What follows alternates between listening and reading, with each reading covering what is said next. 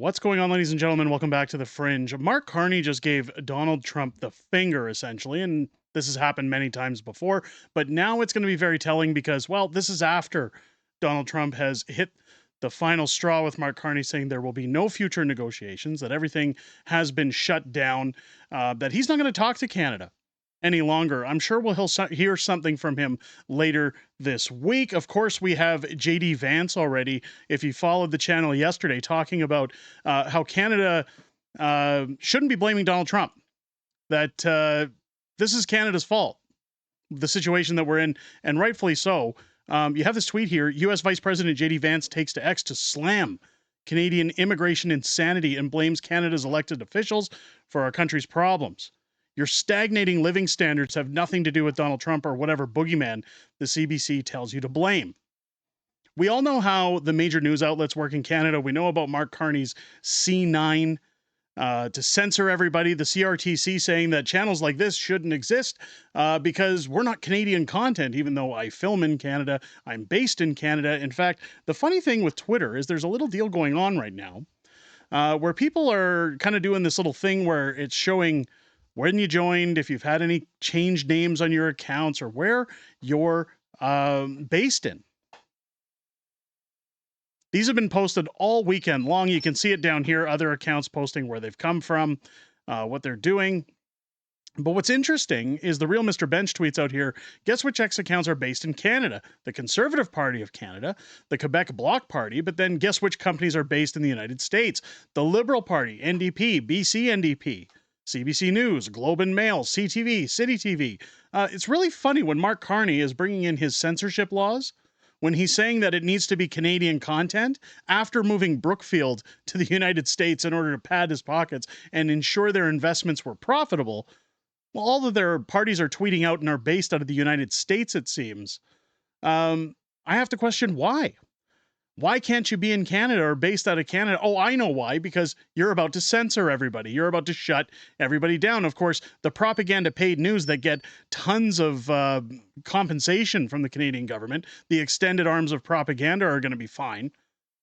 They'll keep tweeting from the United States where they're not suppressed, but don't you dare get a VPN in Canada because, well, you're to blame if the police happen to come knocking on your door. Thank God for premiers like Danielle Smith, who's actually stood up and said Alberta will always be a free speech province. However, that doesn't protect channels like this should the CRTC and Mark Carney start censoring platforms. People say, well, why don't you move to another channel? Why don't you move to another platform where they're non-censored? It has nothing to do with that. In fact, it is the providers will not be allowed to put content forward that comes and violates their laws. So it doesn't matter what platform you're on, Canadians will be banned out of doing things. But back to Donald Trump and where this is very detrimental for Canadians. And I've said multiple times, I hope Donald Trump increases tariffs on Mark Carney 400%. I hope that he absolutely obliterates him. I hope that those in what my co-host Matt calls Mega City 1 or Toronto and surrounding area that have voted for the elbows up crowd, I hope that they kind of get what they deserve here. I hope that times get really, really tough for them so they can see exactly what they've backed, what they've asked for, reap what you've sown. What we're seeing here and what we're starting to see here, essentially that Mark Carney's never had a deal go through. He's never done anything. He's gone to Donald Trump while Trump, mocked his trans kid right in front of him.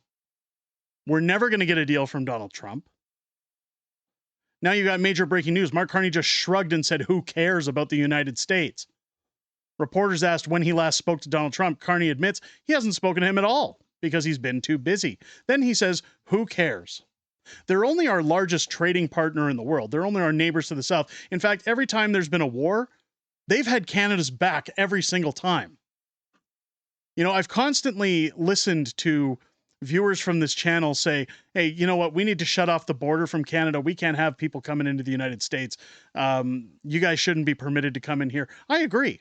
Just let Alberta come in. Just keep Alberta open and everybody else can get blocked out. I'm good with that. I'm only saying that because I love America. I love the United States. And I've taken a lot of criticism for that too, where people say, oh, you just love America. You're so pro-America. I am pro trading partners. I'm pro neighborly behavior. I am pro Canada-US success. I understand economics. I understand trade. I understand that we're never going to get ahead so long as we chase investment out of our country and mock those who provide us the most security in the world. Take a listen. After what we're told here, we are 6 months from a potential USMCA termination. That's going to screw Canada. 76% of Canada's trade runs through the United States. We cannot be our own best customer, no matter how many times Carney repeats that fantasy. This is catastrophic for Canada. It is. Keep in mind, Liz Truss, on Donald Trump's inauguration day, I keep referring to that, warned Canadians. You know, this guy bankrupted the Bank of England. He's going to do the same thing to Canada. We've already seen it with his conflicts of interest. We recently watched as his LNG gas line does nothing but benefit Brookfield. Modular homes benefit Brookfield. Everything is to line Mark Carney's pockets. And it really shocks me to this extent that so many people who support Mark Carney stand back and say, oh, he's doing such a great job for Canada. And they don't actually look at the fact that this is the issue. They're not willing to admit that he's lining his pockets. It's no problem. Everything's fine. Let's take a listen to what Mark Carney actually had to say. Who cares? I mean, since the U.S. called off trade talks with Canada, has Mr. Trump returned your calls, texts, or accepted your apology over the Ontario ad? He accepted the apology. So right there, I want to pause there because look, he does it again. He does the same thing he did to Alberta. When he was asked about the MOU, the Memorandum of Understanding on a pipeline, he sits there and chuckles. He thinks this is hilarious, folks. Oh, hey, your trade partner's walking away. You gave the finger to Trump. He said, who cares? And then when asked about it, he chuckles. He thinks it's bloody hilarious. Returned your calls, texts, or accepted your apology over the Ontario ad? He accepted the apology when I spoke to him, and we've had discussions. I've been busy. There's another point, though. I've been busy. We passed. Yeah, you've been real busy lining your pockets with deals for Brookfield. A budget with that's going to catalyze $1 trillion of investment. We have launched new trade agreements. We've secured new investment in the country of a size not seen arguably before. So we're busy. He's got other things to do, and we'll re-engage when it's appropriate. Who cares?